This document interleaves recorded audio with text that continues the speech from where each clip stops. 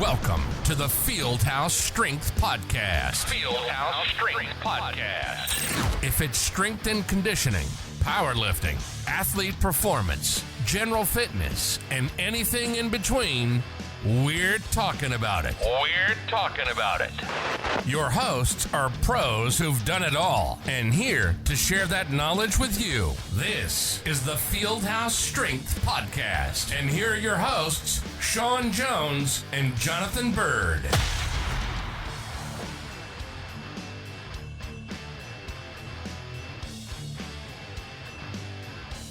And welcome back to the Fieldhouse Strength Podcast. I'm Sean Jones, and with me as always is Jonathan Bird. Bird, how's it going? Well, welcome back for another fun-filled shit-talking fest. Oh, looking forward to it, because everything we say is incredibly sophisticated, and this is going to be no exception to that rule. So we had talked about before today ergogenic aids. Right, so tell people a little bit about what we mean by ergogenic aids. That's a really fancy term for supplements. Yeah, it's basically stuff that's supposed to help you perform better, right? Yeah. So there are a million different types, and some work, some don't, some are good for you, some aren't, right? Yeah, just about all of them used in an extreme measure is bad for you. There you have it. So to begin with, the most benign, I guess is the best word I can think of, ergogenic aids are found in a pharmacy, but on the shelf. I was to say, wait a minute, in the front or the back? Yeah, in the front. Okay. Yeah, so multivitamin. Okay. Do you think a multivitamin is important? Yeah, it probably really is for most people. I'm too lazy to take one every day, and my lovely wife encourages it every day, and in fact sits them out on the counter, and I often forget still. Right. Well, that's really nice of her to do that. Yeah, she's really concerned for my health. I'd be afraid to take anything my ex-wife left for me on the counter. Well, same for my ex-wife. Okay, so the answer, in my experience, is a multivitamin is basically you get what you pay for with a multivitamin. Yeah, it's really important that you're looking at what is included in that multivitamin. Unfortunately, just because the price tag and or labeling is good, that's just marketing. Mm-hmm. Rarely does it provide you enough of any one thing that it is worth doing. Mm-hmm. And you're kind of going to get what you pay for in terms of that stuff. And they're allowed to lie. Yeah, that's true. Proprietary blend or whatever you want to call it. Yeah. Proprietary blend just means we're not going to tell you. But there are reputable ones. The number one thing that I tell people to look for in a multivitamin is solubility. Okay. And basically, is your body going to break it down and use it? Is it water soluble? Centrum, for instance, they may have improved over the years, but this is pretty gross. I talked to a guy that worked at a porta potty company. He said they used to rake Centrums out by the bucketful, and he knew that because Centrum was still written on it. What? Yeah, they had a coating on them where they just went straight through your body. That's impressive. Yeah, so it's like corn. Like corn, yeah. Corn is the nature's Centrum. So, I've sold different types of supplements here and there. As I've owned gyms or worked in different facilities, I don't recommend a ton of supplements. I just recommend what works. Yeah, and that's the big key is, man, you can go down a rabbit hole. Yeah. But there's only a handful of things. And, I don't know about you, but most of the time when I'm contacted by someone, a client just trying to get stronger, get leaner, get whatever, they often start with, well, should I take this vitamin and this vitamin? Should I take, X, Y, and Z? And you normally have to kind of break it down for them and make them understand that, the $5 box of vitamins you bought at Walmart is probably not going to get you where you want it to be. Yeah, and people say, well, what should I do with them? I mean, throw them away because they're not going to do you any good. They're not going to hurt you, but they're not going to help you either. Yeah, exactly. The 3 supplements that I recommend to everyone that I take on as a new client, and only 3. Not that, they can take other things, I guess, if they wish, but the 3 that I think are necessary are a good water-soluble multivitamin, some sort of omega-3 fatty acid, whether it comes in the form of krill oil or fish oil, and a solid, if they don't have any issues with lactose, fast-acting whey protein. Okay. Something that they can use to help recover, because the key is supplementation, which means it's in addition to what you eat. Yeah, and so in my world, I run into a lot of people who overindulge themselves in pre-workouts. Oh, yeah. And so I often tell people that they're just throwing money away. Mm-hmm. You know, you could get that done by drinking a coffee, you know, beforehand, and things of that nature. If you really needed to pick me up, you could drink a Red Bull or whatever. But you're just paying for lack of a better term, a lot of people are just paying for the jitters. Exactly. To have the shakes and to feel like, you know, they've got to pick me up. And I tell them, guys, it's so counterproductive. You're training in the evening. You're staying awake an extra 2.5 hours. That 2.5 hours of sleep would have done more for you in recovery and getting stronger than that pre-workout ever did. One thing is, how much human growth hormone are you not producing when you don't sleep? We can go down to human growth hormone part later if you like. Yeah, we got a little time. Okay, all right. Yeah. But the reality of it is, those guys, my list is very similar to yours. Mm-hmm. I always tell them, you know, a quality multivitamin, and then we have to kind of go through and decipher what that is for them, a good whey protein, and one that is reasonable cost and is effective. Like, you run into people that are taking, what is the serving size? You know, you don't get too lost in that. And it varies, you know, sometimes depending on what they're doing. I tell them, you know, glucosamine conjoined.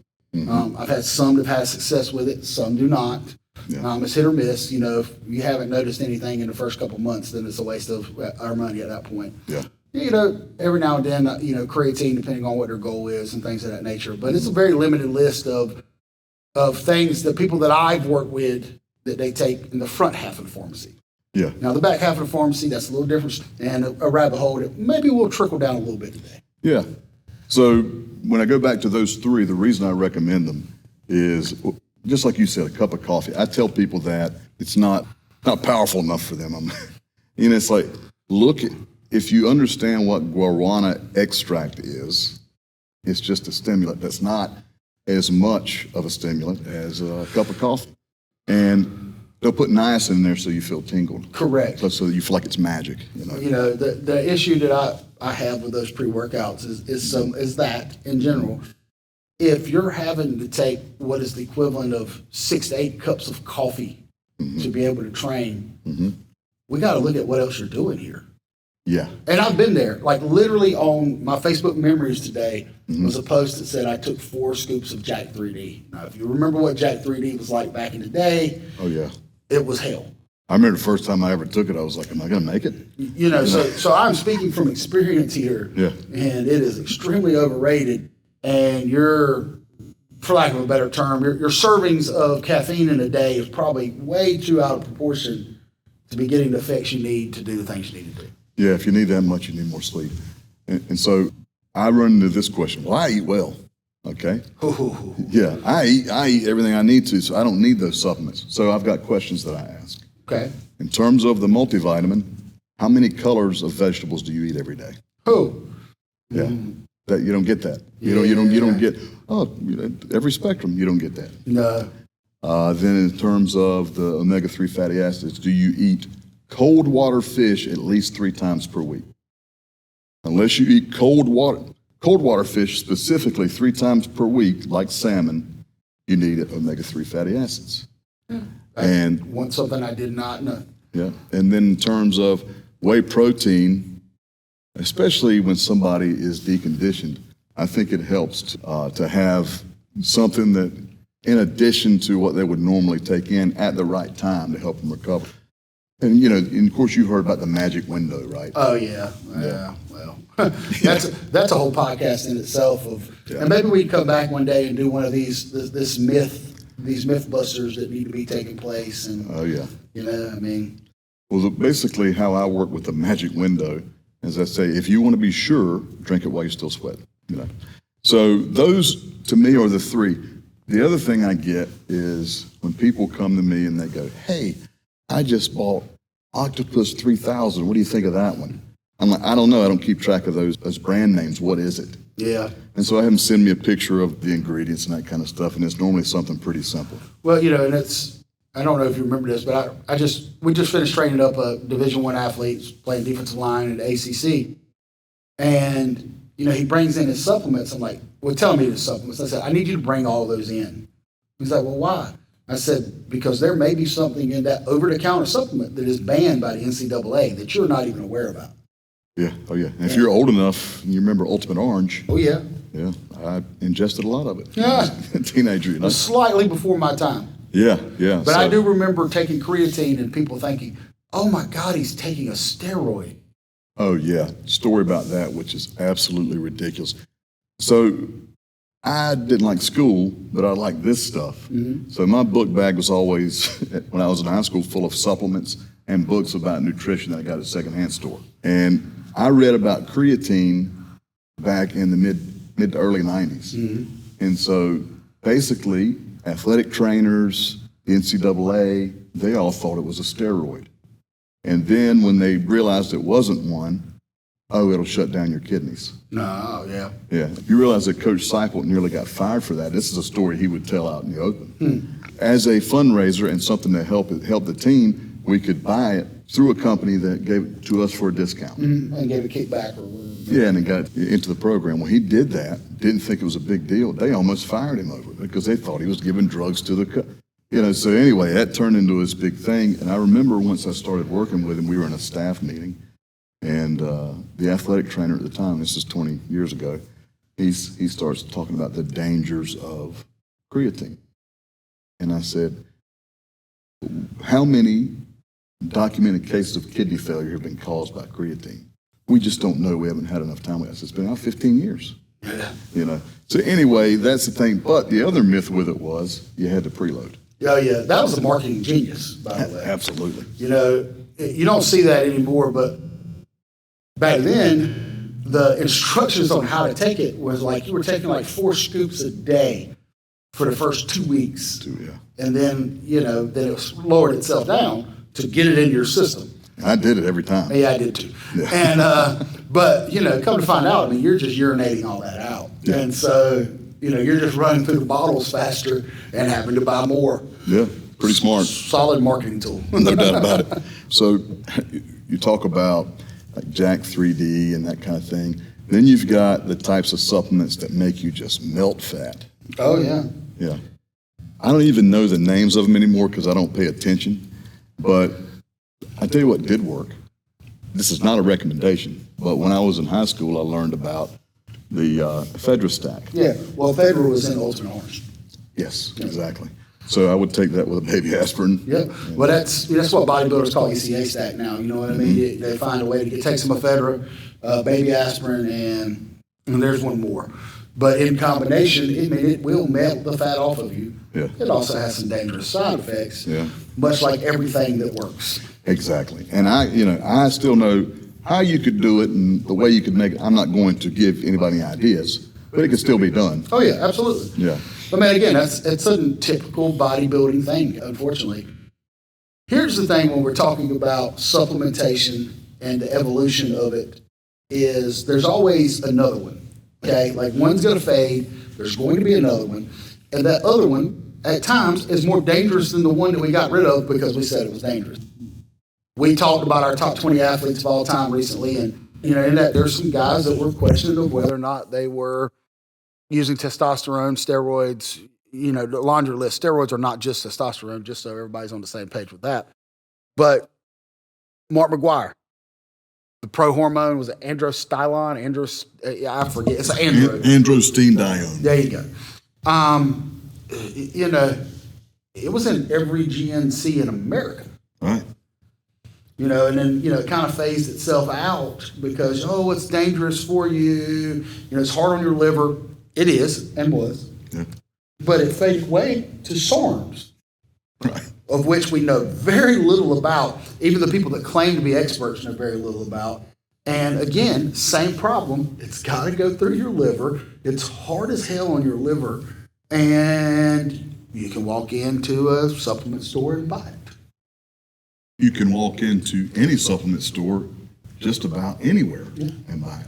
Now, the androstenedione, was that a pro hormone? Yes. Okay. And for lack of a better description, just in layman's terms, your body broke it down and processed it, and it created more testosterone, basically, in your body.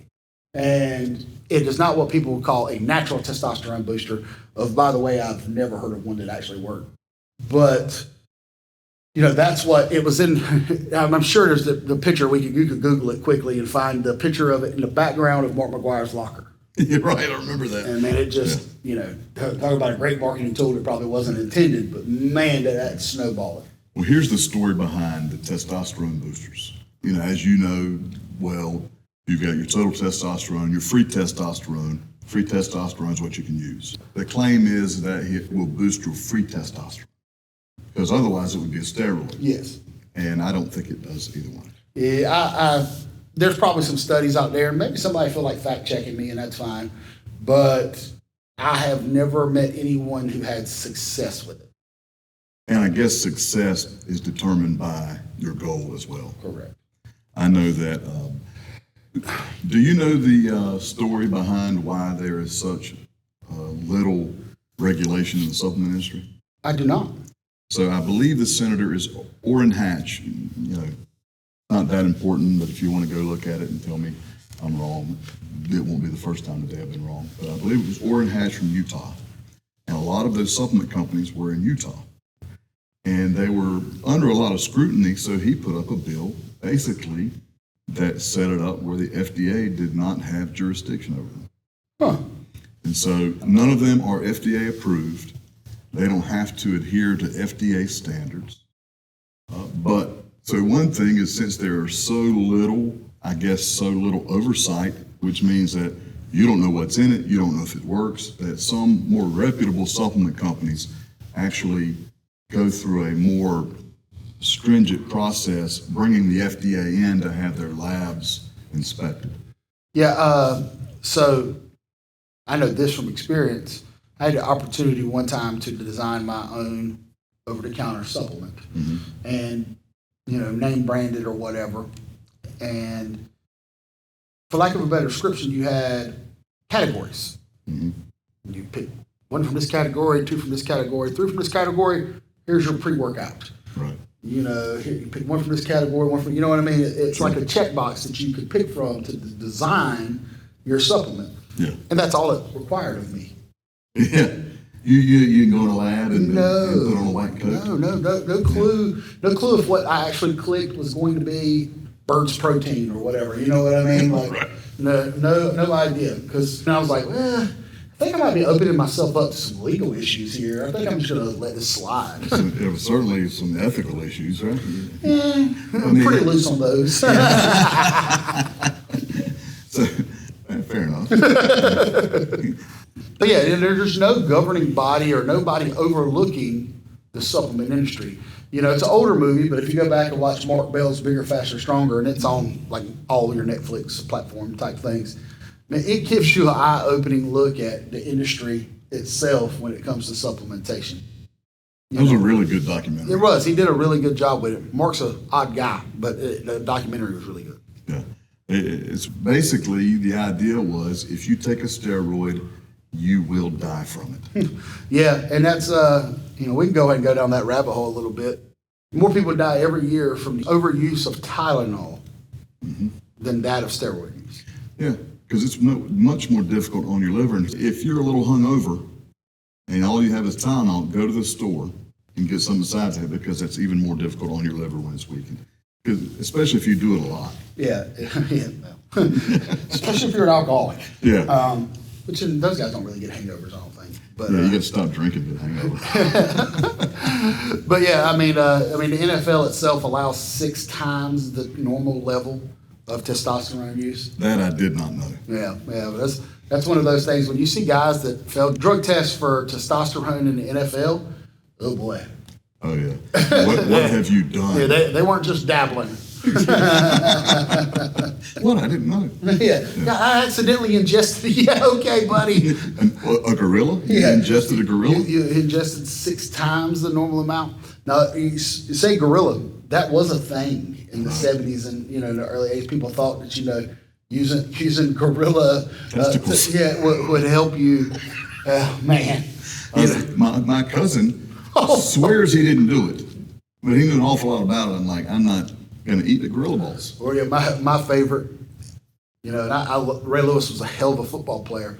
But you remember he tore that bicep and came back in like 3 weeks and played. For a torn bicep. Yeah, and claimed it was from deer antler velvet. I was trying to think of the name of that. Yeah, he claimed he was using deer antler velvet, and the reasoning behind that was it's believed to create human growth hormone. Okay. The reason why it puts velvet on the horns, you know, it's the same hormone. Apparently, I couldn't tell you that specifically, but that was a nice way of saying he was using HGH and he got healthy and came back. Yeah, the combination of that and what are typically your BPC 157, which stands for bioprotection compound, research chemicals. They're not steroids, but they're used to enhance and help the body, you know. And from what I've understood, those are legal, and from what I've heard, there are no side effects. Yeah, you know, of course, there's nowhere near the number of studies that you would want to see on grand schemes of things because it's a research chemical. But, and man, I really, for you science nerds that actually watch this, and maybe I'll Google around and see if I can find it. But the BPC information was actually like studied on rats, and I can't remember what the percentage was, but it basically almost reconnected tendons in the rats. I remember that. I did read that. Okay, so like, as long as it wasn't a total rupture. yeah, correct. And so the fact that it could add stability back to torn ligaments, I mean, it was considered a miracle drug that will never get to market because it is a miracle drug. Yeah, exactly. Because the pharmaceutical companies need the money. Yeah, yeah, they're broke. Yeah. So I know that creatine was actually banned by the NCAA. I'm not sure if it still is. What are the reasons? It's amounts. It's like the amount in your system is banned. Yeah. Like caffeine is actually banned by the NCAA in like ridiculous amounts. Well, I guess that makes sense. Yeah. But I remember we got this big talking to by an NCAA rep when I was in college. And one of our linebackers, after the guy gave his spiel, he goes, "What's the test for it?" "We don't have one." He goes, "Exactly." Well, you know, we were talking, and we've kind of dabbled into what high athletes do now. Depending on what type of testing there is, it's pretty beatable by a lot of the systems. Now, you know, like WADA testing where they do out of contest testing. It's much harder to be able to beat because you could get randomly tested at any time. And that's the World Anti-Doping Association? Correct, when you're going down supplementation stuff. So people who are intelligent with this type of thing and know when their tests are going to be, all they're simply doing is calculating the half-life of the drug they're using, making sure it's out of their system by the time that date starts. Essentially, half-life is just how long it stays there? Correct. Or when it becomes half as strong? Yeah. Just you sell your half-life, you know. So if I took X supplement on this date, it's 100% of my system. This date, it's 75%. This date, it's 50%, and so forth and so on. Okay. You know, no different than your typical drug user who's on probation and has to take a P-test and knows this is how many days this will stay in my system. Same idea. Yeah, I'm sick and I get 2 more days. Yeah. Right. The one thing that, and we'll get into that more here in a second, most of the time, they don't test for steroids, if I understand correctly, because they're really expensive tests. Yes, so you know, your mom and pop organization, your smaller sports organizations, your job, or you know, they're not testing. They're testing for recreational drugs. They're not testing for testosterone or HGH or things of that nature because it's really, really expensive. Yeah, we got tested a lot in college, but it was all for street drugs. Oh, yeah. And I think the rule back then, which was 20-something years ago, was if you made the playoffs, they drew a certain number of names out of a hat. Yep. And you had to be tested. And it wasn't really, I don't think it was rampant at that level, but you could sure tell if somebody experimented with it. Yeah. Oh, yeah. I mean, just like every other thing, guys, just being real with you, sports at high levels, people are always trying to find a way to get an edge. That's it. I mean, that's the reality of it. You know, your heroes, they've taken drugs. Sorry. You know, Right. your movie stars, taking drugs. We had this conversation recently. Remember when 300 hit the market and everybody was, man, I want to do the 300 workout. Well, first off, that's CGI and airbrushed and everything else. But there was still steroids involved. No doubt about it. Sorry to break the news to you, boys. The guy that trained them, he made a fortune off of it. He was a really smart marketer, though. He referred to his gym as Jim Jones. Nice. Yeah, and he had all these like artfully done, like black and white videos of the training and stuff. And he had some really, if you really, you're into strength coaches, you know who they are. Some guys that he was really linked with, like Dan John and that kind of thing. And it just came down to, no, it's our training methods and diet that did that. And I remember thinking, that's really cool. It's a lie, but it's really cool. I broke a friend of mine's heart the other day when he was like, do you think The Rock takes drugs? Yes, sir. I'm sorry, but I don't want to crush your dreams, but I believe your hero has dabbled at some point in another. You don't gain 50 pounds of muscle after 50. You don't get in the best shape of your life after 50. Now, with that being said, I think most men over the age of 40, if you went to the doctor and had your testosterone tested, they would prescribe it to you. Sure. But to him, that just broke his soul to think that he would do such a thing. I'm like, he probably just went to the doctor, man. And it's not on the test. Oh, yeah. But Yeah. anti-aging clinics, guys, that's code word for drugs. Those are drug dealers.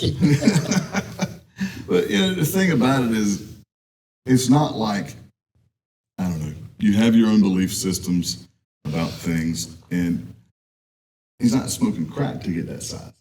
But I do remember when I was in college, right before my senior year. Crack? Yeah, still smoke crack just to unwind. Okay. No, I'm kidding.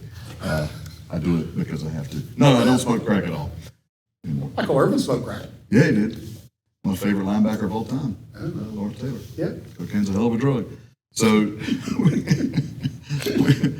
anyway, so right before my senior year in college, it was my last year to play football, and I put on about 40 pounds over about a 6-month period.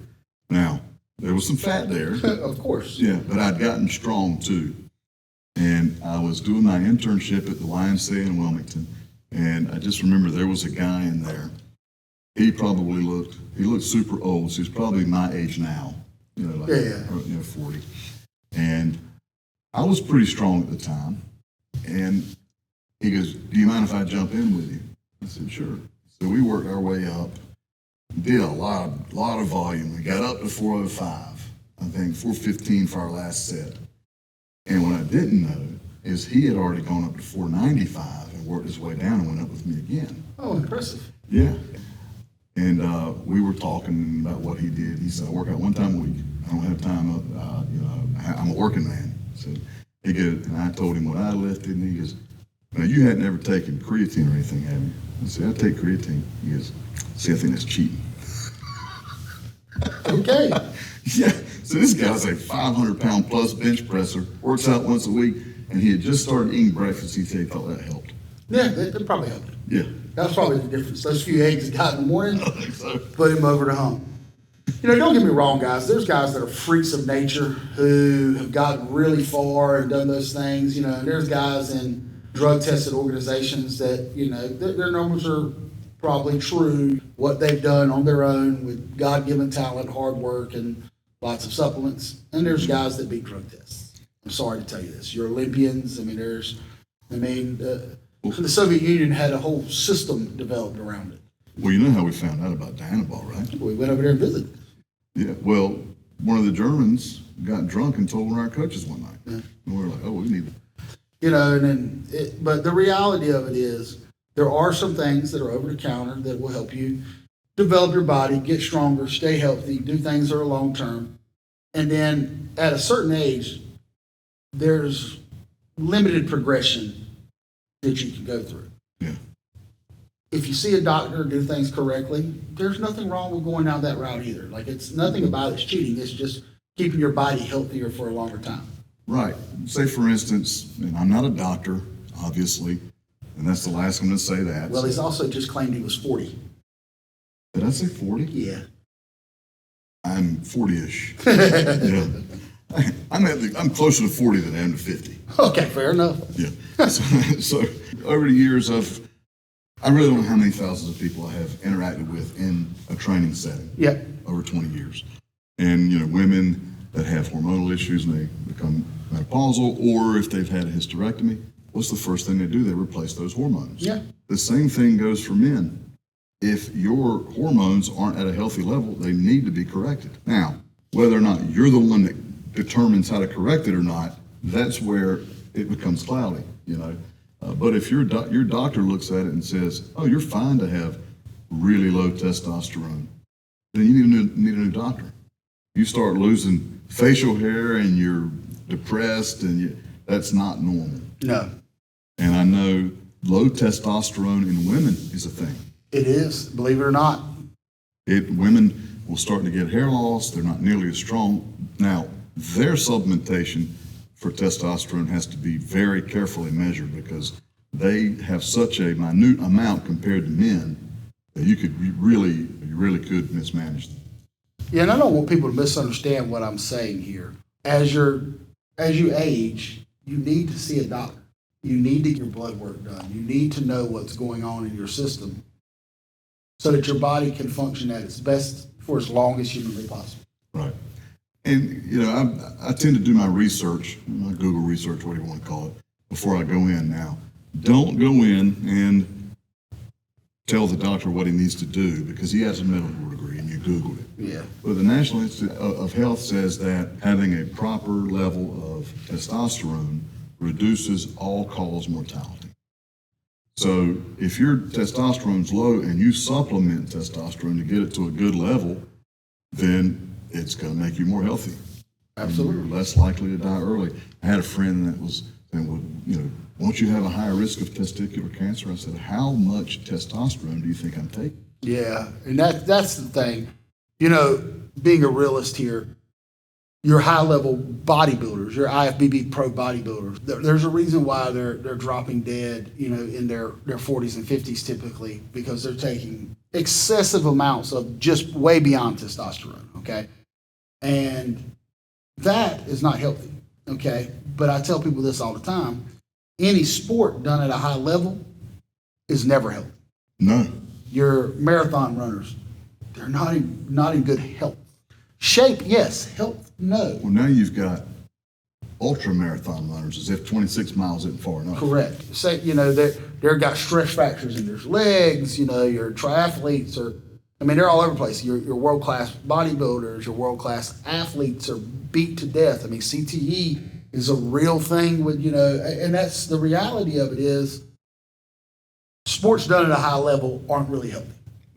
They're just not. Because the whole premise is to push your body as far as you possibly can. And then you have people that are incredibly talented that take drugs to push it even further. Are you familiar with Charles Poliquin? No, I don't know. Okay, he's passed away a couple years ago, but he was I forgot how many, but probably a couple of hundred Olympians. Oh wow! Okay. That trained them, yeah. And he has some really interesting stuff. His hypothesis, I guess his theory about how much drugs help people. In a well-trained athlete, he said it helps about 10%. Yeah, that sounds about right. Yeah. Often when we're talking about in the sport of powerlifting, when someone goes from being a natural and pushing their natural numbers as far as humanly possible for them before their body starts to break down, et cetera, normally when they begin taking supplementation, they normally get about 10% to their total. Yeah.